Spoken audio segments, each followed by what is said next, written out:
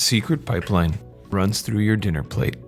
The US government just admitted we can't feed ourselves.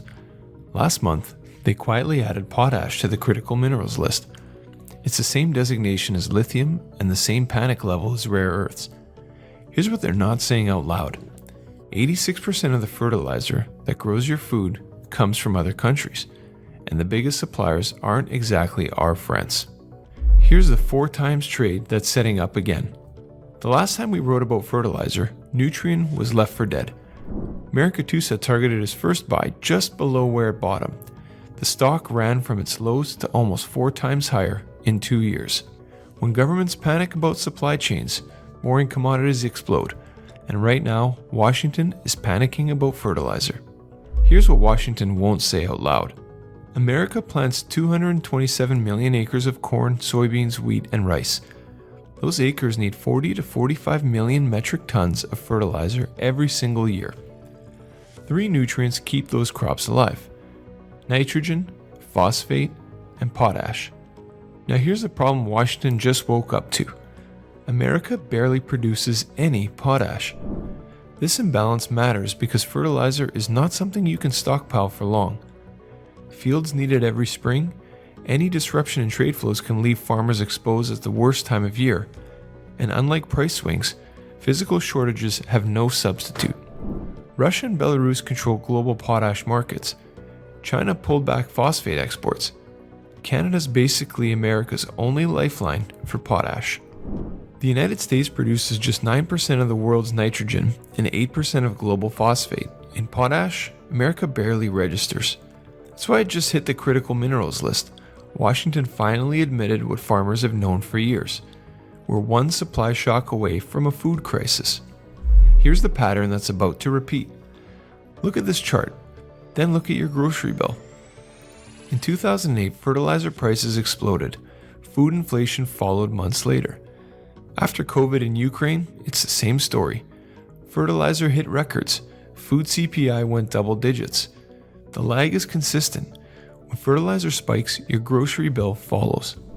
Right now, fertilizer prices are still bouncing around, but the setup is building. Russia and Belarus still control potash. China's pulled back phosphate exports.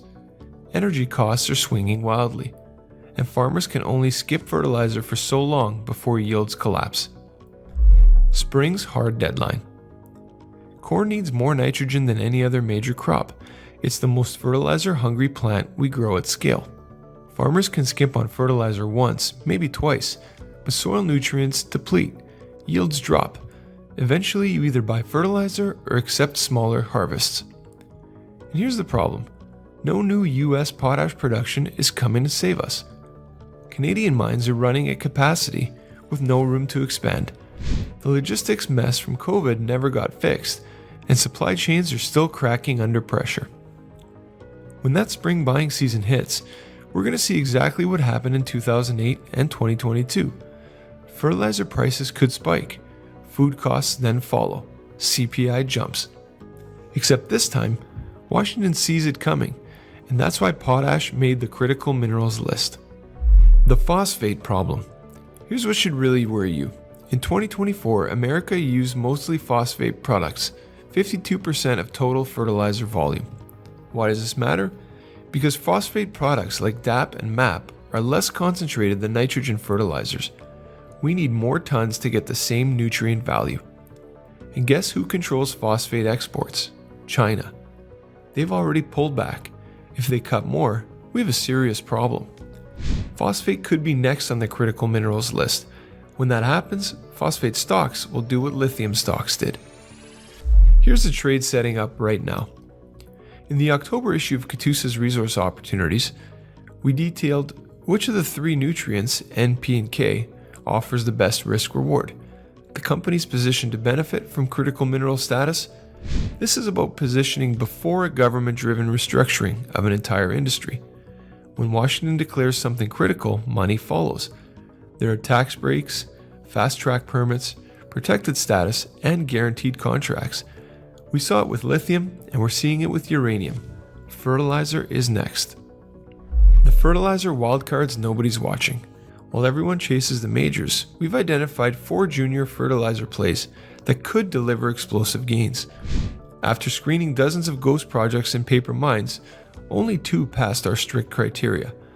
One US-based potash play with some of its highest grade intercepts ever drilled, and another with the tightest funding profile in the sector.